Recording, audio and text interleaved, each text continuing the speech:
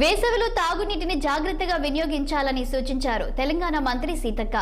Erram Manzil machine Bhagiratha కార్యాలయంలో అధికారులతో Seethakka video conference నిర్వహించారు.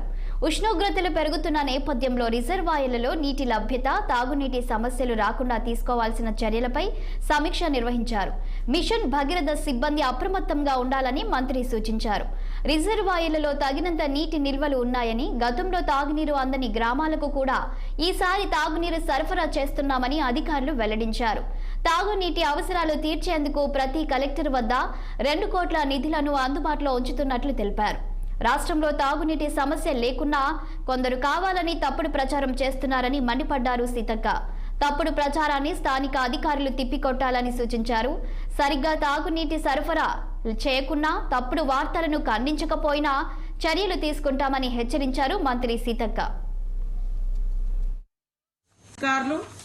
ఆ స్పాట్కి వెళ్ళి అక్కడ జరిగిన వాస్తవాలు చెప్పి సంబంధిత దాన్ని ఖండించి వెంటనే మరి వాళ్ళు ఆ రకమైనటువంటి దుష్ప్రచారం ఎందుకు చేస్తున్నారో మరి సంబంధిత పోలీస్ స్టేషన్లో కానీ లేకుంటే మరి ఇతరత్ర కానీ మనం చర్యలు తీసుకోవాలి. నిజంగా మన తప్పు ఉంటే నీళ్లు రాకుండా వారాలకు వారాలు నీళ్లు రావట్లేదు, నీళ్ళే ఇవ్వట్లేదు అని ఇట్లా చెప్తున్నారు. మీరు స్పందించకుంటే మీ మీద నేను చర్యలు తీసుకోవాల్సి వస్తుంది.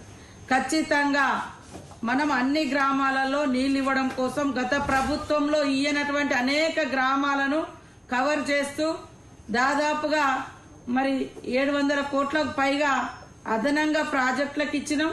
లాస్ట్ సమ్మర్లో కూడా 100 కోట్ల రూపాయలతోటి పాత బోర్ల రిపేర్లు, కొత్త హ్యాండ్ పంప్స్ వేసుకోవడం మరి ఇట్లాంటివి కూడా మనం చేసుకోవడం జరిగింది.